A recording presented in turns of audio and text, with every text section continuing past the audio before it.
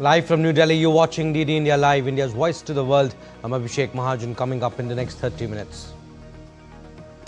Donald Trump announces Iran-Israel ceasefire, says both nations agreed to end the 12-day conflict. Announcement comes after Iran launched missile attack on Udeid Airbase in Qatar. Hours after Israel issues evacuation warning, Tehran rocked by powerful explosions early hours on Tuesday. Blasts occurred hours before ceasefire was to come into effect. Flights resume in Qatar as airspace reopens following temporary closure after tensions soared in West Asia. 290 Indian nationals and one Sri Lankan national evacuated from Iran's Mashhad under Operation Sindhu. 2003 Indian nationals evacuated safely from Iran so far. And in sports, England need 350 more runs while India require 10 wickets as Leeds test heads into a thrilling Day 5 showdown.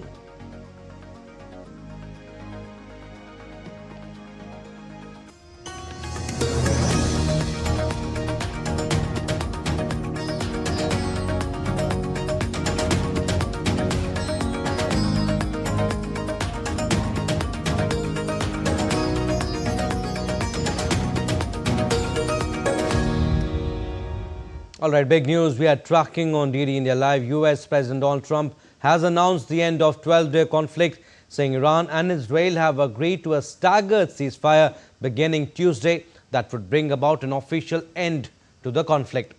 As outlined by Trump, the ceasefire would be a phased 24-hour process beginning at around 400 GMT Tuesday, with Iran unilaterally halting all operations.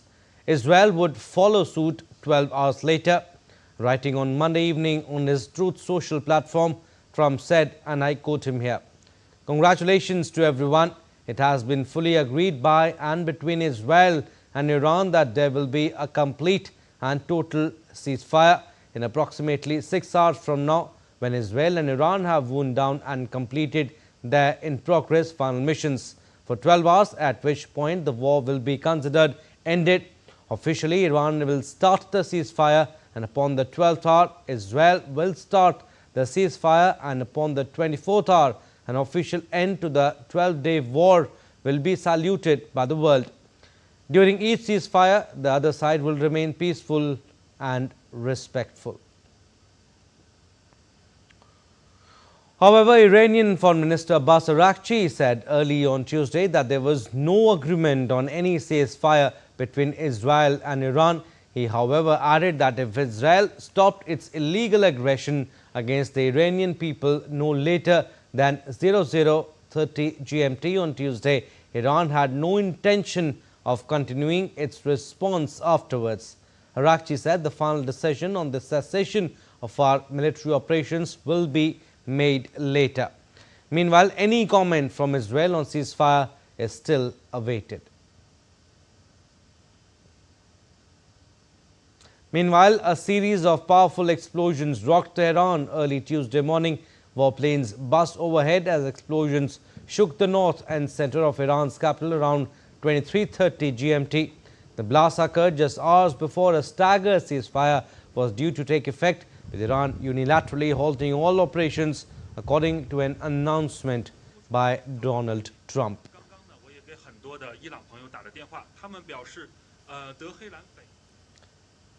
And the announcement follows an Iranian attack on US forces at Al-Udeid Airbase in Qatar in retaliation for the US strikes on its nuclear sites.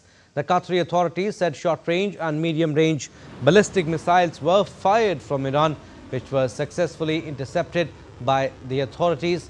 The officials confirmed that there had been no impact on the base just outside Qatar's capital, Doha.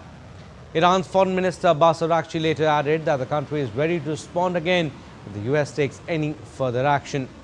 Meanwhile, Trump earlier said Iran had a very weak response and thanked the country's leadership for providing early notice of the retaliatory attack.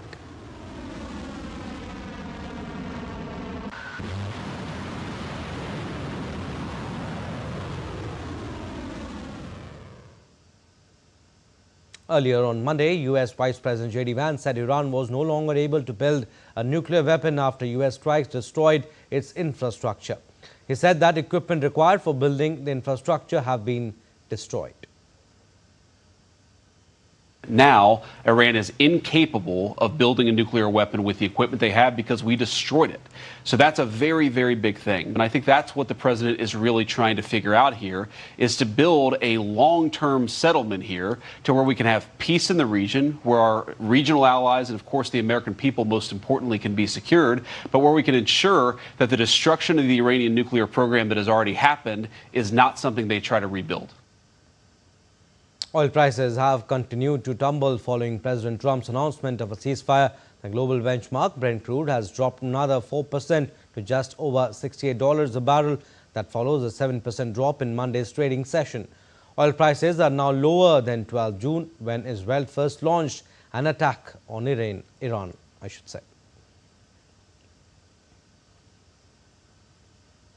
Meanwhile, India on Monday evacuated 290 nationals and one Sri Lankan citizen from conflict-hit Mashhad in Iran.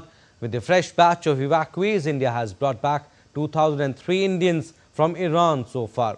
India launched Operation Sindhu last week to bring back Indians from Iran and Israel in view of increasing hostilities between the two nations.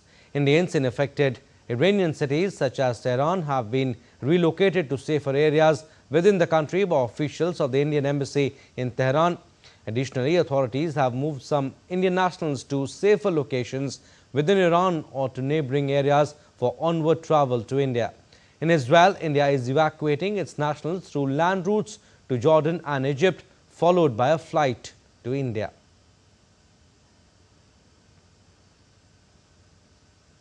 In other international news, the two-day NATO summit is set to begin on Wednesday in The Hague in the Netherlands. The top priority is agreeing on a new defense spending target of 5% GDP that is pushed by President Trump. NATO currently urges members to spend 2% of GDP on defense. The new 5% proposal includes 3.5% for militaries and 1.5% for civil resilience like ports, roads and infrastructure readiness. NATO's goal is to ensure that 300,000 troops can be deployed within 30 days. NATO chief Mark Rutte said this is a quantum leap that is ambitious, historic and fundamental to securing the future. The defense investment plan that allies will agree in The Hague introduces a new baseline, 5% of GDP to be invested in defense. This is a quantum leap that is ambitious, historic and fundamental to securing our future. The new defense investment plan is the key deliverable for this summit and will be decisive when it comes to ensuring effective deterrence in defense. And talks will focus on unity against Russia, upgrading NATO's rapid response plans and improving critical infrastructure. Cybersecurity, military readiness and strategic deterrence are key themes. To avoid disputes over wording and details, NATO has opted for a short final statement centered on defense commitments and allied cohesion. The two-day gathering is also intended to signal to Russian President Vladimir Putin that NATO is united despite Trump's previous criticism of the alliance and determined to expand and upgrade its defenses to deter any attack from Moscow. This is the first time City is hosting the NATO summit and is under the country's largest ever security operation called Orange Shield. Leaders from all 32 member nations are attending the summit, plus Ukraine's Zelensky has made his presence felt with meeting leaders. Meanwhile, Mark Rutte also said that Spain is not exempt from a defense spending deal after Madrid claimed it would not have to hit the alliance's headline target of 5% of the GDP. NATO has no opt-outs, and NATO doesn't know side deals or side deals. So that's on the particular question you ask about Spain. What all allies will do is that, of course, they have the sovereign right and also the flexibility to determine their path for delivering on the NATO commitments.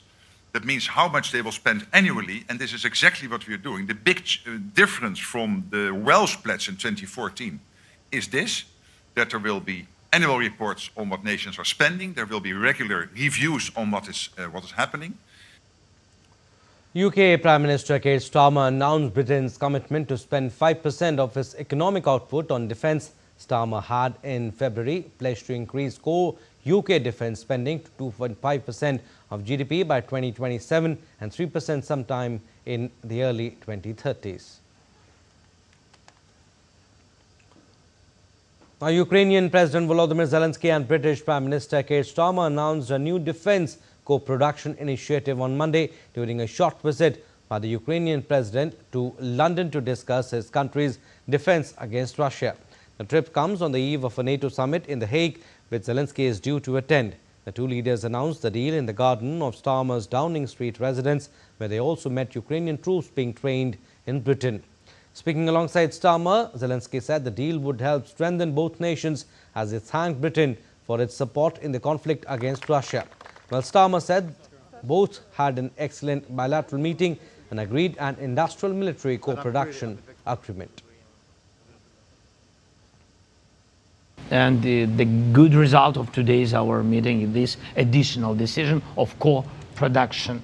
And I think it will be very strong and will strengthen both nations. It's very important, yes, to share our experience, your experience, by the way, first of all, your experience on the battlefield and your knowledge and experience during interflex training missions. So I'm very thankful for this meeting, for the decision of support militarily and financially. We've just had an excellent bilateral meeting this afternoon. We've discussed the issues across the conflict, what more we can do to support. And I'm really proud that this afternoon we're able to announce an industrial military co-production agreement, the first of its kind so far as Ukraine and the UK are concerned, which will be a massive step forward now in the contribution that we can continue to make. Earlier, President Zelensky met with the Speaker of the House of Commons of the UK Parliament, Lindsay Hoyle, and the Lords Speaker of the House of Lords, John McFall. President thanked the people, government and the Parliament of the United Kingdom for their principled support of Ukraine. During the meeting, the parties discussed continued support and cooperation, transatlantic unity and diplomatic efforts with all allies to stop Russian aggression and bring the conflict to an end. They also discussed the situation in the Middle East. Moving on to Russia-Ukraine conflict, waves of Russian drones and missiles in and around Kiev overnight killed 10 people. Residential areas and the entrance to a metro station bomb shelter is said to be damaged less than a kilometer from the US Embassy. Ukraine's Air Force said it had downed 339 of 352 drones and 15 of 16 missiles launched by Russia in the attack on 4 Ukrainian regions. In the area around the southern Black Sea port of Odessa, Regional Governor Ole Kuiper said the number of people killed in a separate missile attack had risen to 3. Moscow has stepped up drone and missile strikes on Kiev and other Ukrainian cities in recent weeks. Monday's strikes come a day before NATO's annual summit is held in The Hague, while President Volodymyr Zelensky visited Britain to discuss defence. Moving on, Syrian authorities on Monday announced arrest over a suicide blast targeting a church by the Islamic State group. The shooting and suicide bombing that occurred at the St. Elias Church in Syrian capital claimed lives of 25 people. Syria's Interior Ministry said the suicide bomber was a member of Islamic State. He entered the church, opened fire and then detonated his explosive vest. The ministry also reported arrest of a number of criminals involved in the attack and the seizure of explosive devices and a booby-trapped motorcycle during a security operation near Damascus. The attack fed fears among Syria's minorities that their communities are more exposed to attacks and harassment since Islamist-led rebels toppled former leader Bashar al-Assad in December.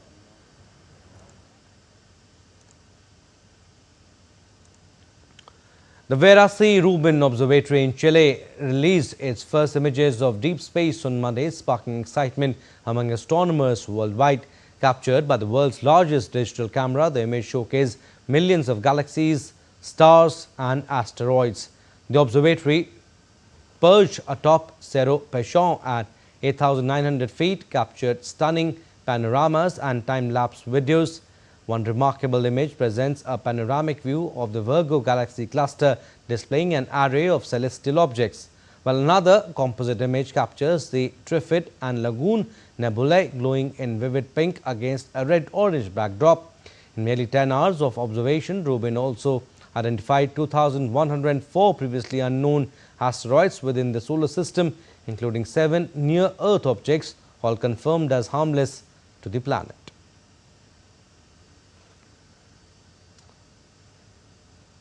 All right, still to come on this edition of DD India Live. India's National Security Advisor Ajit Doval holds a crucial meeting with China's Foreign Minister Wang Yi in Beijing. Heavy rain lashed parts of India's financial capital Mumbai last night. And Brad Pitt hits F1 London premiere with Tom Cruise shares what surprised him most about racing.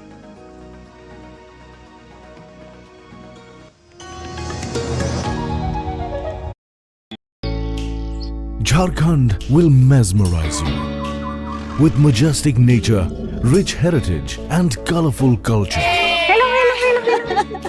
Johar. Johar. It fits perfectly. Thank you. Full workout हो गया. Ready?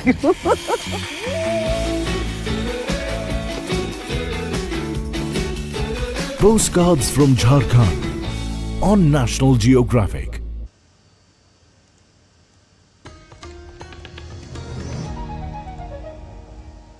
Welcome back. You're watching DD India Live. I'm Abhishek Mahajan. India's National Security Advisor Ajit Doval held a crucial meeting with China's Foreign Minister Wang Yi in Beijing. During the meeting, both sides reviewed recent developments in India-China bilateral relations and underscored the need to promote the overall development of India-China bilateral relations, including by fostering greater people-to-people ties. India's NSA also emphasized the need to counter terrorism in all its forms and manifestations to maintain overall peace and stability in the region. Views were also exchanged on other bilateral, regional and global issues of mutual interest. The NSA Doval is visiting China to attend the 20th meeting of the SCO Security Council Secretaries. And India has categorically rejected references to the country at the Organization of Islamic Cooperation Council of Foreign Ministers meeting and termed them as unwarranted and factually incorrect. External Affairs Ministry said that these statements driven by Pakistan, which has turned terrorism into statecraft, reflect the continued misuse of the OIC platform for narrow political ends. It said the OIC's repeated failure to acknowledge the real and documented threat of terrorism emanating from Pakistan reflects a disregard for facts and a global consensus on the fight against terrorism. New Delhi further stated that the OIC has no locus standi to comment on India's internal affairs, including Jammu and Kashmir, which is an integral and sovereign part of India. India said the comments made by Pakistan at the OIC meeting are an attempt to deflect international attention from its own record of state-sponsored terrorism, minority persecution, sectarian violence and failure of governance. Updates related to Ahmedabad plane crash now. Tests are still underway to identify the victims of the deadly June 12 Air India plane crash in Ahmedabad. Authorities have verified the identities of 253 victims so far, out of which 240 are passengers and 13 are non-passengers. Medical superintendent of the civil hospital in Gujarat said a total of 19 non-passengers were identified. Out of them, 6 deceased bodies were handed over to the families based on their facial recognition, while 13 were handed over based on DNA matching. The testing is being done by teams from the FSL and National Forensic Sciences University. Some weather updates now. India Met Department has forecast an increase in rainfall activity with isolated heavy to very heavy falls over northwest India from 25th June onwards. Heavy to very heavy rainfall activity is likely to continue over many parts of central, east and northeast India during next 7 days.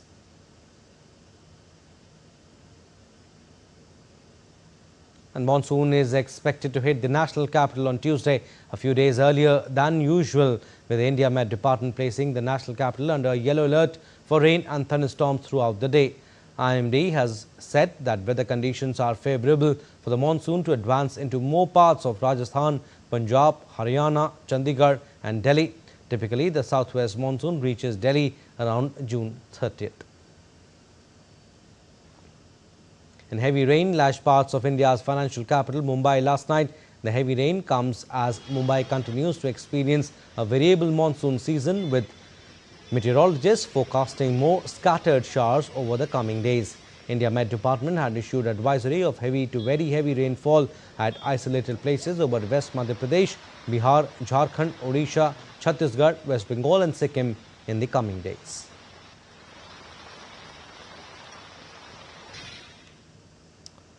Business updates now. Online retail giant Amazon will invest $54 billion in the UK over the next 3 years. In a bid to kickstart the economy, Prime Minister Keir Starmer met Amazon CEO Andy Jassy last week. He called this announcement as another major win to Britain's basket. The £40 billion will be used to build 4 distribution centres, creating an estimated 4,000 jobs, and to renovate the historic Brave Film Studios acquired in July 2024. The investment also includes part of £8 billion previously announced in September 2024 for building, operating and maintaining data centres in the UK aimed at boosting artificial intelligence computer capacity. Though Amazon is currently under investigation by the UK food regulator, suspected of late payments to food suppliers, if found guilty, Amazon could be fined up to 1% of its annual UK turnover. Higher US tariffs on home appliances containing steel took effect on Monday following a government notice issued earlier this month. The move, led by President Donald Trump, could push up consumer goods prices. The Commerce Department has added 8 steel derivative products, including refrigerators, washing machines, dishwashers and ovens, to the tariff list with duties based on steel content. This follows Trump's move to double tariffs on steel and aluminium imports to 50%. Since January, he has imposed sweeping levies on imports from key trading partners, sparking warnings of inflation. Only the UK has struck a trade deal so far, allowing 100,000 cars to enter the US annually at a reduced 10% tariff, with further auto and metal agreements expected. Sports updates now. The Leeds test between India and England is set for a dramatic finish heading into Day 5. On Day 4, India finished their second innings at 364, setting the host a challenging 371-run target to win. At stumps, England had moved cautiously to 21 for no loss, with Zach Crawley and Ben Duckett negotiating the final overs of the day unscathed. They now require another 350 runs on the final day. Earlier in the day, KL Rahul and Rishabh Pant stitched together a 195-run stand for the 4th wicket after the early dismissal of Shubman Gill. Rahul hit his 8th stunt, while Pant dazzled with flair and aggression, scoring 118 of 140 deliveries. Despite losing quick wickets at the end, India managed to build a commanding lead. The target of 371 is a record chase in England and sets up an intriguing Day 5, with India eyeing early wickets and England hoping to defy history. Rain, however, could yet have a say in the outcome.